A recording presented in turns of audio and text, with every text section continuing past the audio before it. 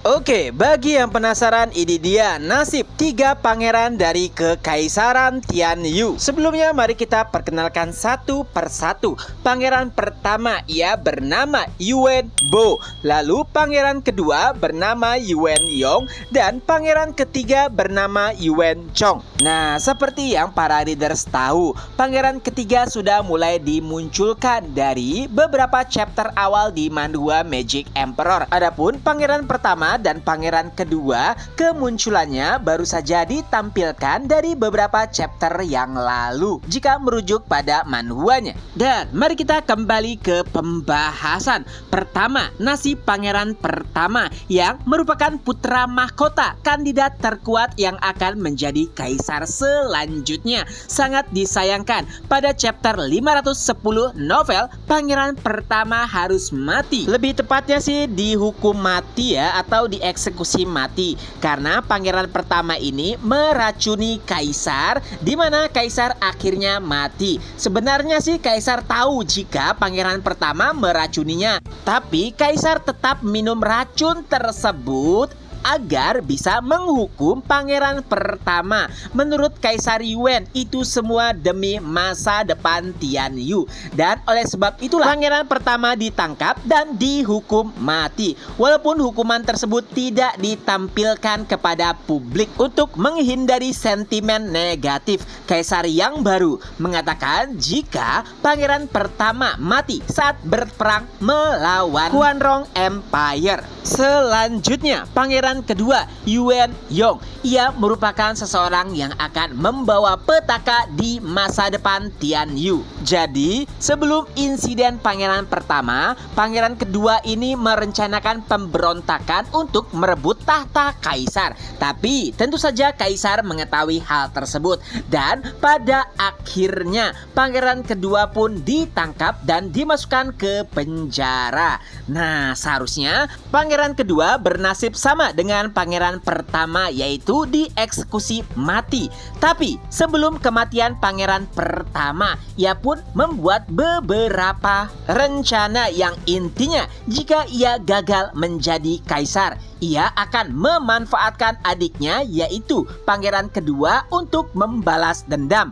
Jadi sebelum pangeran pertama dieksekusi, ia telah melepaskan pangeran kedua yang mendekam di penjara. Lalu setelah kematian pangeran pertama, seseorang pun menemui pangeran kedua.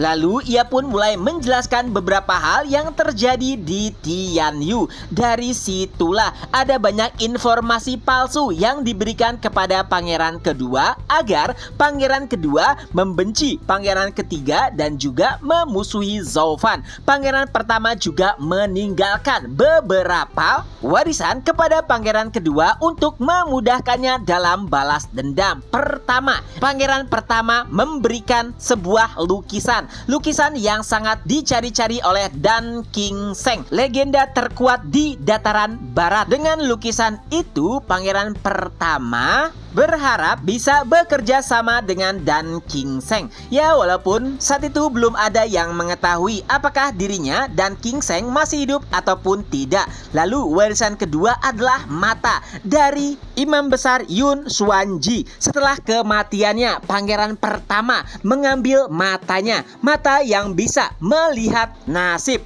Tapi sayangnya pangeran pertama masih belum bisa menemukan rahasia dari mata tersebut walaupun telah menjalani atau melakukan banyak penelitian. Mata tersebut diberikan kepada pangeran kedua. Lalu ada juga sebuah peta yang merujuk kepada kediaman awal dari klan Yun.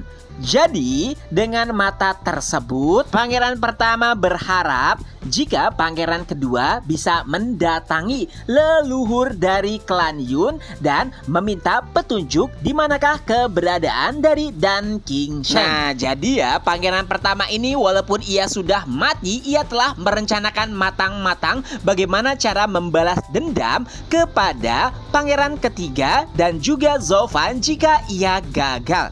Lalu yang terakhir, pangeran ketiga dibandingkan dengan saudara-saudaranya ketiganya ialah yang memiliki nasib gemilang. Pangeran ketiga dinobatkan menjadi kaisar selanjutnya. Ia juga yang mengeksekusi pangeran pertama karena telah membunuh atau meracuni kaisar sebelumnya yang merupakan ayah mereka. Tapi walau demikian, pangeran ketiga hanyalah kaisar boneka, di mana kekuasaan tertinggi dipegang oleh klan Luo dan juga Zhou Fan. Dan yang terakhir, kemunculan pangeran kedua ini diperlihatkan pada chapter 500-an novel. Lalu baru kembali dimunculkan saat peperangan terakhir, kalau nggak salah di atas chapter 1000-an. Kalau nggak salah inget ya, itu adalah peperangan terakhir di domain Fana. Karena selanjutnya Zhou Fan dan klan Luo akan pergi ke domain suci. Nah, itulah kurang lebih nasib dari 3 pangeran di Tianyu Empire. Jika ada kekurangan ataupun kesalahan, bisa tolong dikoreksi. Ketemu lagi di next video. Bye-bye.